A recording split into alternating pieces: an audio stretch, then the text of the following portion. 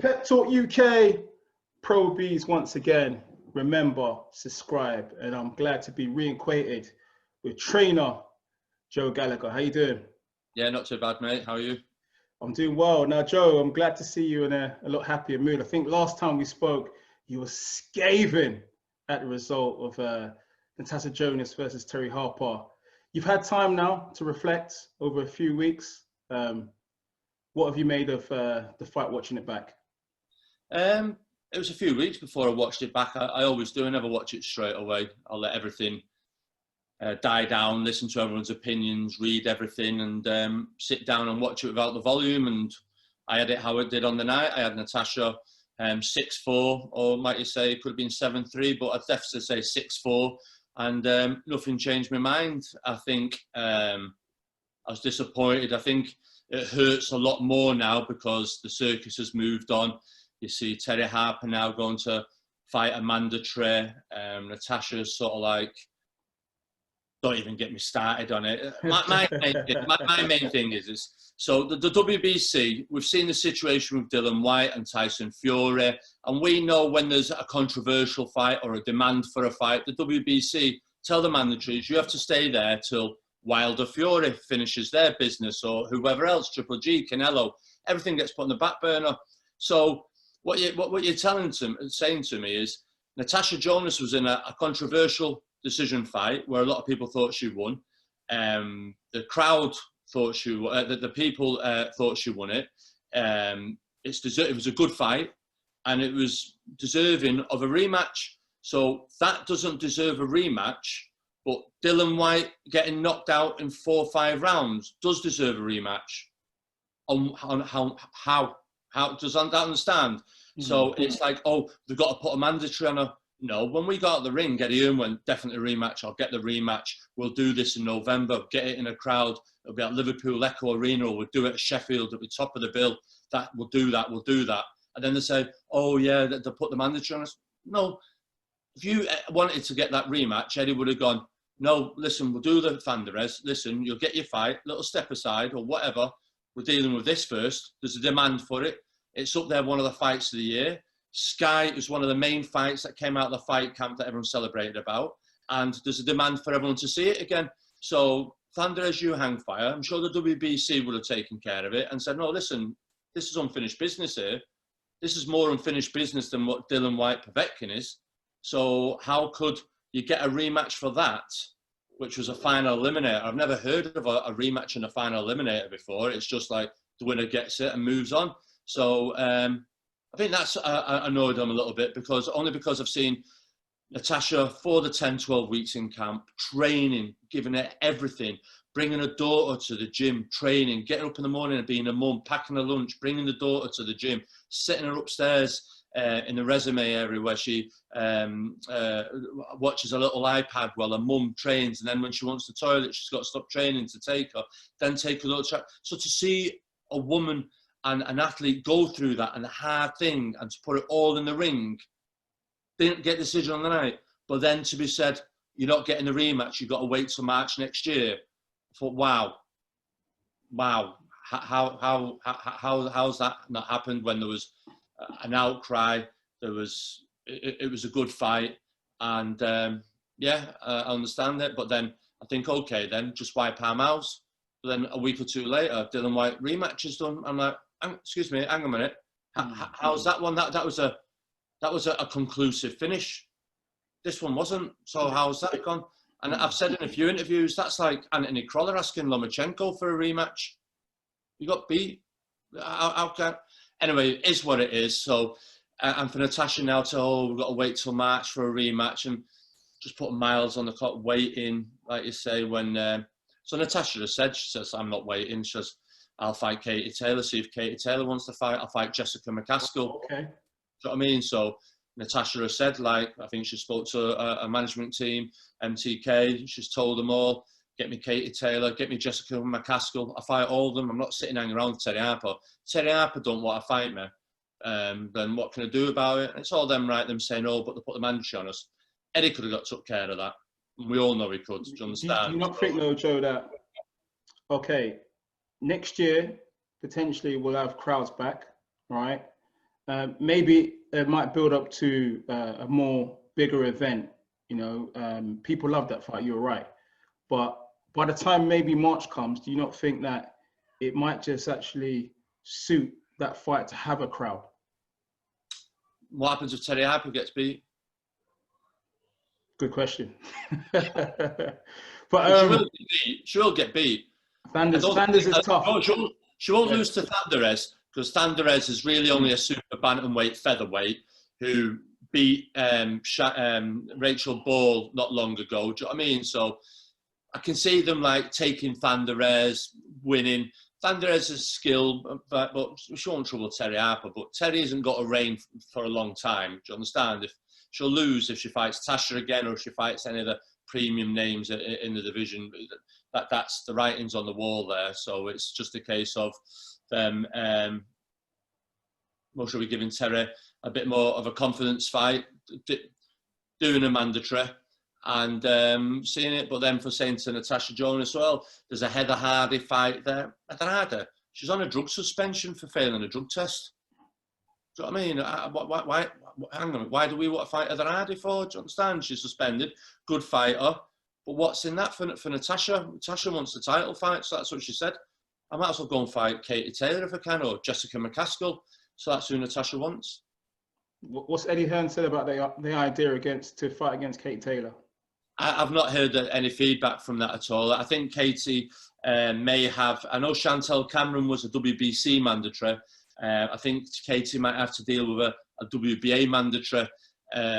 But like anything, all mandatory challengers would take step aside money just to let a fight go ahead and all that stuff. Like you say, we'll see how things can be moved, and that's all Natasha wants. Natasha's coming on to me, what about her? What about her? She'll jump up to 135, 140, 147.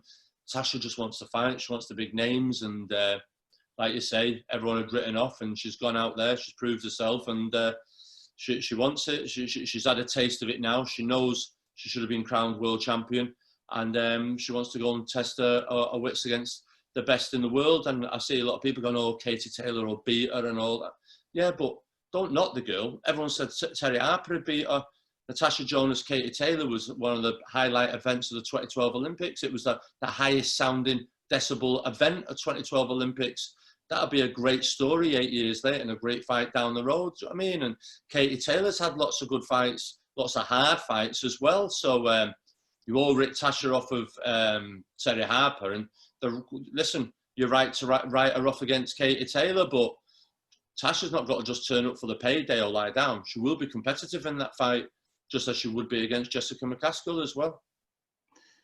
You mentioned Katie Taylor, the bassoon fight. I haven't spoken to you since. Who won that fight, in your opinion? It was a very hard fight to score.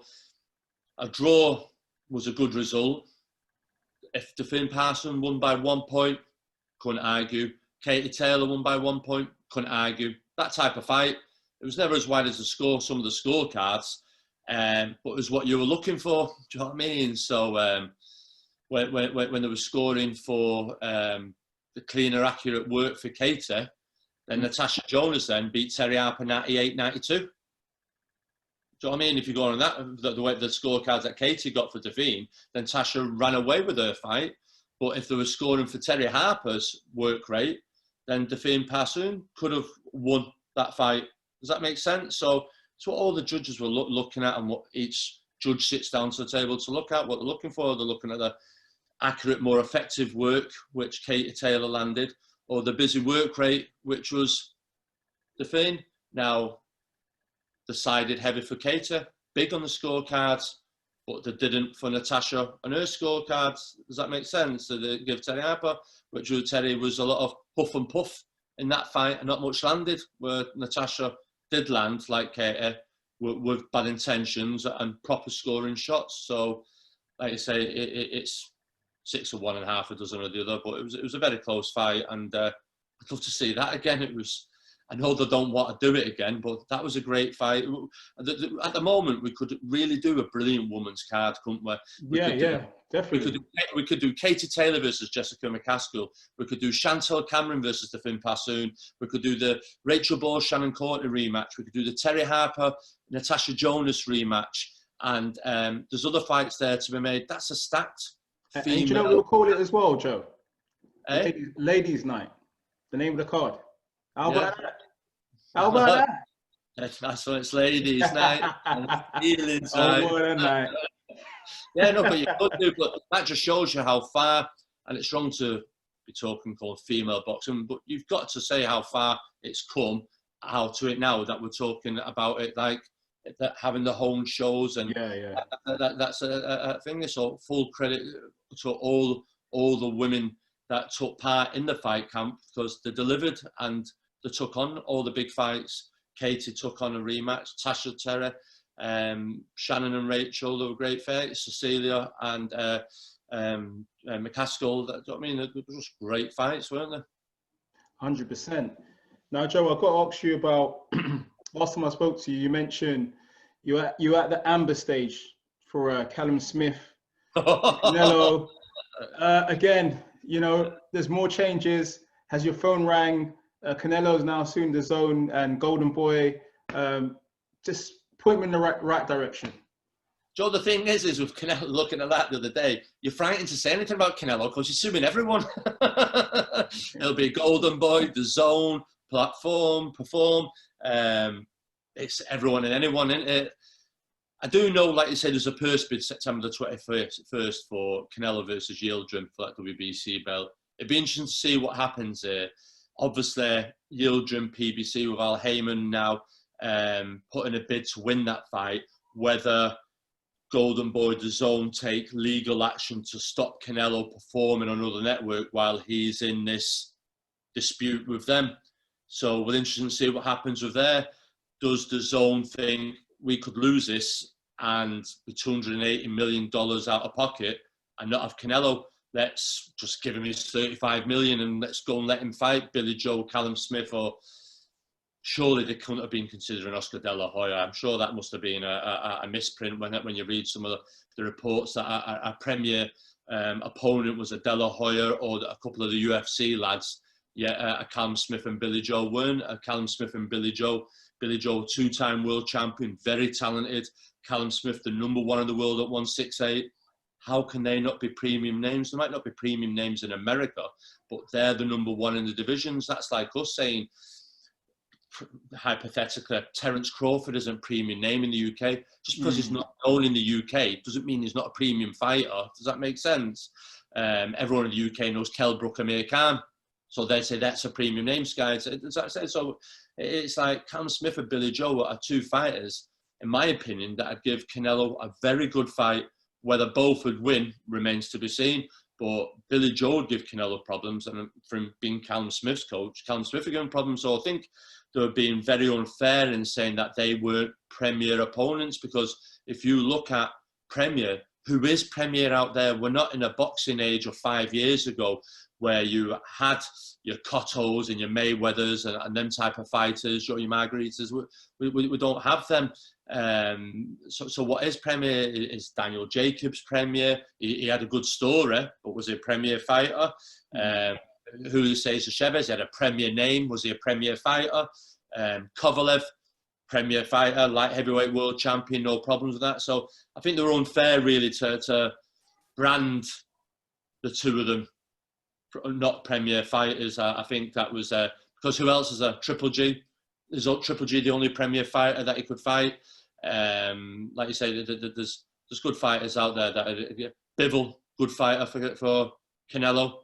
I'd say I'm not saying Callum Johnson's a Premier fighter, but I'd put Callum Johnson with Canelo and he'd give him a good go. And that's things that we're talking about. That's all. I think they were really harsh, the zone. Now the zone, whoever's in charge, we know Eddie Hearn, as far as I still know, advisors for them on the board and everything else. And I'm sure when they were saying to Eddie, they're not Premier, I'm sure Eddie's going, hang on it, lads, hang on it. He's the ring number one in boxing, like he's the number one. Billy Joe's a two-time world champion, 2 different weights.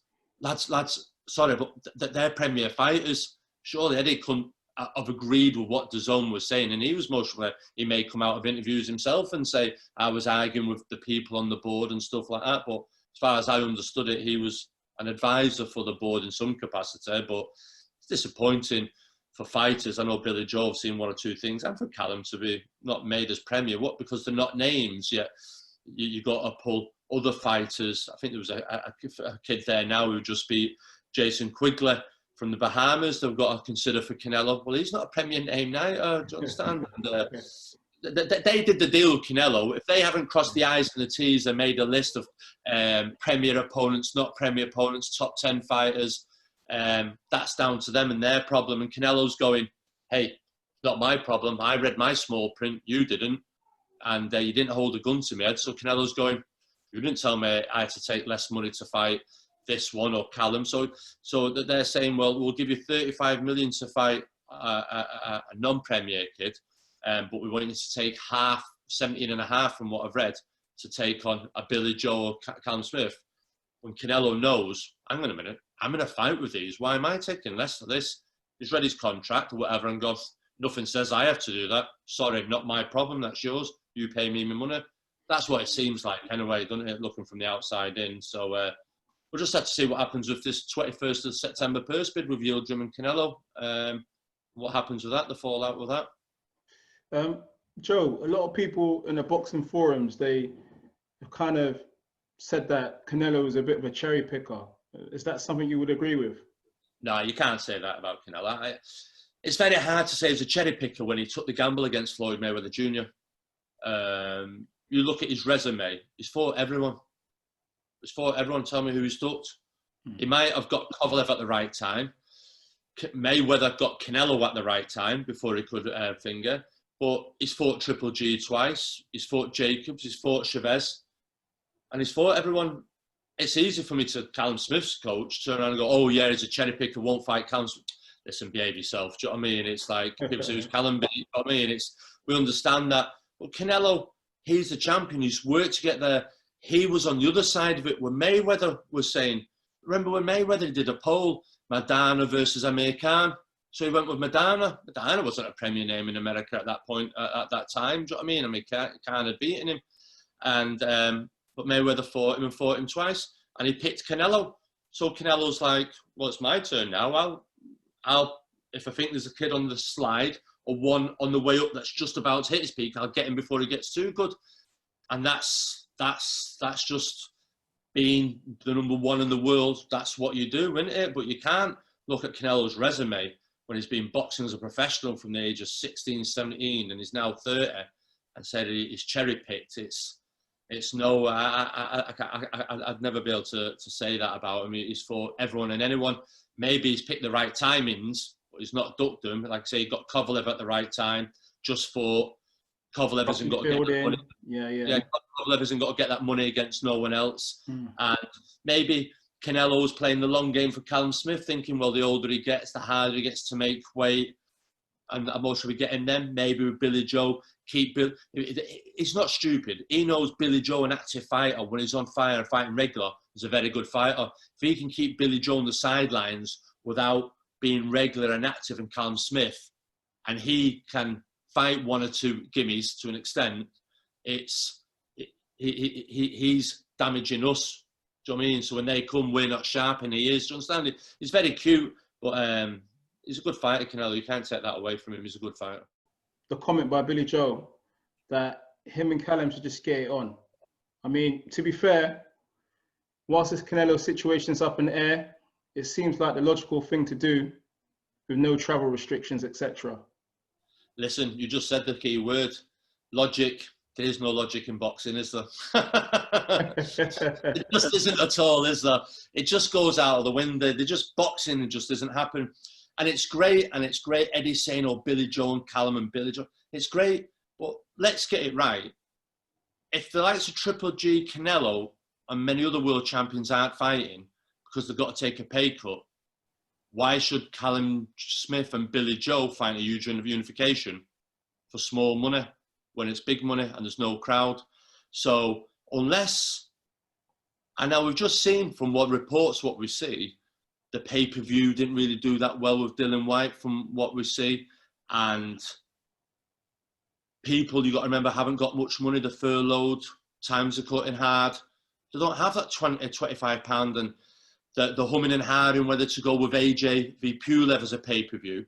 So why are they quick then to do, let's do Callum Billy Joe? Well, if Billy Joe, from what we read, is after 8 whatever million for Canelo, and Callum Smith is wanting less, but still big money for Canelo, why should them two fight each other in huge unification for a fraction of the money that they should be getting?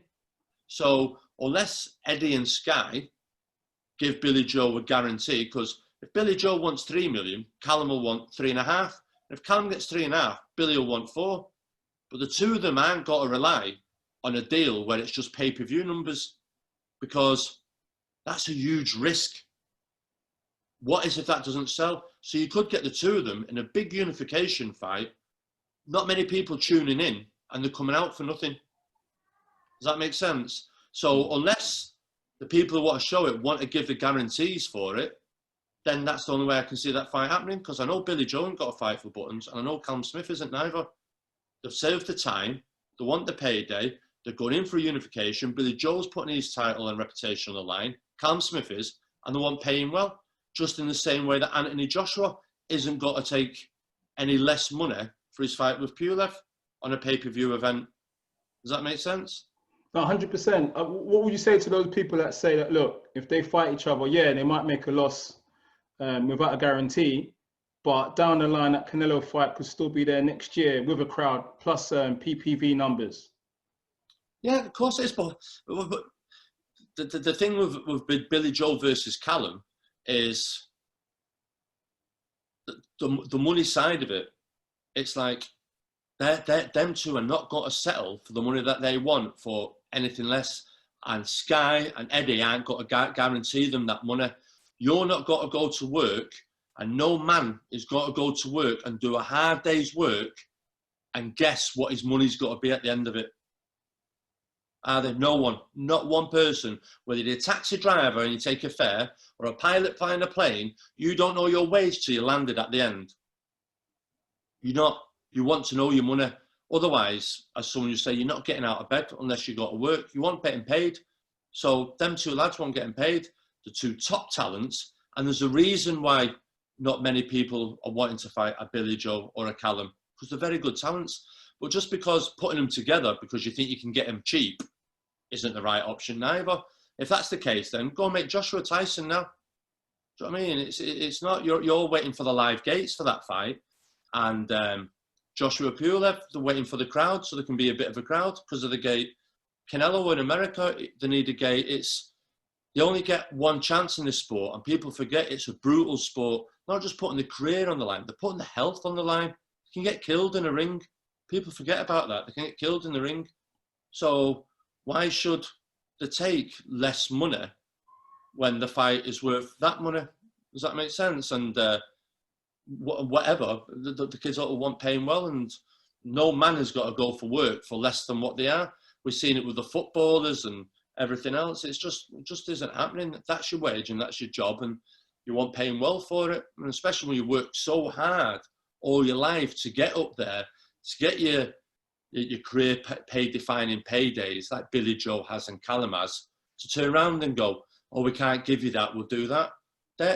You don't see your Mikey Garcias at the moment taking pay cuts to fight, or in fact, Lomachenko and Lopez, there's a deal being done there, but they're still getting paid very well for it. So Callum, the Sky cannot, or Eddie cannot, as far as I'm aware, unless they say don't we, give them a guarantee of money that'll please both fighters. Not possible. And there's no way that they would gamble giving them a guarantee, that they're not that confident to give them a guarantee because they know the gamble is huge, that they could be hugely out of pocket. So why should Callum and Billy Joe take the gamble and be hugely out of pocket? They're so sure they can do big numbers, give them the guarantee, and you go out and promote the shit out of that fight because you'll be the ones out of pocket if the money doesn't come in. Does that make sense? Speaking hypothetically, if these two did meet, right, How does it go for you? Obviously, you're going to back your man, but how? I think it's a very good fight. I think huge fan of Billy Joe, always have been. I was over in Beijing when he was over there in 2008. Really good fighter. Liked him for years. Technically very good. It's a real. I don't think. This is the thing as well. I don't think it'll be an exciting fight. I just don't. It's not an exciting fight. So that's what I'm saying. It's a hard sell. You got Billy Joe, who's technically very good, slick move. You got Callum Smith, who's an explosive puncher, cuts the ring off well, hits you, you're in trouble. So it's going to be I think very much like De Gale, George Groves' first fight, very much a cat and mouse fight, the first fight. A very tight fight, yeah. Yeah, it'll be a very tight fight. I think the rounds have got to be very tight. I don't think, and people say, oh, Callum's huge and this and that, but huge is great. It's great having huge. I mean, it's no good having huge if you can't use it. And you're up against a slick fighter like Billy Joe. Billy Joe's a good fighter. But they say, oh, Billy Joe got wobbled against this kid. He didn't perform against that one. Cam Smith didn't perform that. But you put the two of them in the big fear factor fights, they've all delivered. And they're delivering that. But I just think it's a very tactical fight. It's a very good fight. I think, obviously, I'd back Callum Smith to win. And Billy Joe, whoever's with Ben Davidson or Dominic Ingle, back Billy Joe to win. But that's what I'm saying. It's not a Ben Eubank fight that everyone's got to go, oh, I'm going to tune in and pay me £20 for that. Does that make sense? It's not going to be sold on a Tyson Fury, Anthony Joshua beef outside of the ring. Callum's a very well-spoken kid. Doesn't get involved in trash talking. Billy Joe has huge respect for the Smith family. Do you understand? There's not going to be trash talking in it. So that's a hard sell. So when you're trying to say, let's do that on pay-per-view, go on then. You go off and sell it. Give us the guarantee you want to sell it. That's a hard fight to sell. Amir Khan saying that Kell Brook avoided him, right? By moving up in weight. I know you train down in that gym. What's your take on that? In terms of that whole Kell Brook and Amir Khan non-fight that's not happened for years on years. Yeah, I think the best time when that fight should have happened was when Kell had just beat Porter, and I think Amir had just beat Devin Alexander.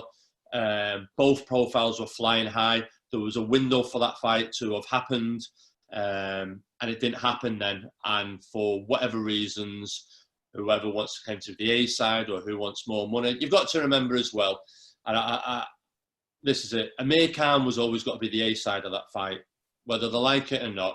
Amir Khan's CV, his record, his performances in America, he's more well known in America than Kell Brook. He's performed in America. He's beat Madonna, Zab Judah. He's been in there. He's done it. Devin Alexander, another good name. We talk about Devin Alexander as though it was a gimmick. It wasn't. It was one of his best career performances. You start going through Amir Khan's resume and his good box office money, because you see with Amir, you're on the edge of your seat, and like you say, he can be beating Garcia and then it fall apart against him. Do you know what I mean? But he's always stepped up. He was doing well against Canelo, then got caught. Do you know what I mean? He doesn't. You cannot say Amir's ducked anyone. He's been in with Terence Crawford. Do you know what I mean? So for whatever reason, the fight didn't happen, but maybe it was who was wanting to get the most money, and that was it. But Amir Khan, I feel, would have been the A side, was the draw, and whether Kell didn't think he was the B side or deserved more money, I don't know, Evan, but that fight should have happened, and it should have happened. Amir was the A side, he was the draw, he was the name in America, and the money, I'm sure it would have been a good fight, would have been in a rematch. We were talking about in the gym the other day about old school boxing, and you look back and you see like Duran and Leonard, I know like they fought 2 or 3 times, and Hearns 2 or 3 times, and the heavyweights, you had Dokes and Weaver and Larry Holmes and Frazier and Foreman, and everyone just fought anyone and everyone there. And then at this day and age, it's like, well, we'll fight next year, we'll just build it up. Just get on with it now. Just do it now. And if it's a good fight, we'll have the rematch next year. But it's years. Yet you go through all the records. God bless him, Alan Minter passing away today. Alan Minter fought Antifermo, I think it was like a March or April time. Then he fought the rematch 3 months later. Then he fought Hagler 3 months after that, all in the 1 year. in the space of 9 months. That doesn't happen now. It's like, we'll have this fight and that fight. Barry McGuigan, when he was coming through, he was fighting enough every 2 months, and that was British, European. Then he become world champion, then a world title defence. They were fighting regular and often. Now it's like, well, we'll plan that 2021. Just do it now. Just do Tyson Fury, Joshua now. If it's a great fight, we'll do a rematch next year. Let's go and do Spence and Crawford. Do it now. If it's a rematch, we'll do it next year. Just do the fights now. Never mind planning and we'll wait for pay-per-view. Just do it now. If it's a great fight, do a rematch. If it's that good again, do a third fight. And that's what I was pleased when I seen Katie Taylor and Defin Passoon. Great. I'd see that again. We had that years ago. Barrera Morales, Marquez. Do you understand? They all fought Marquez, Pacquiao 4 or 5 times. Got it bored. It's like, please, come on, lads. Let's all just go and do the fights. Let's do it. Do you know what I mean? And let's have a second fight. Let's have a third fight. If it's a great fight, the public demand, it's a shame.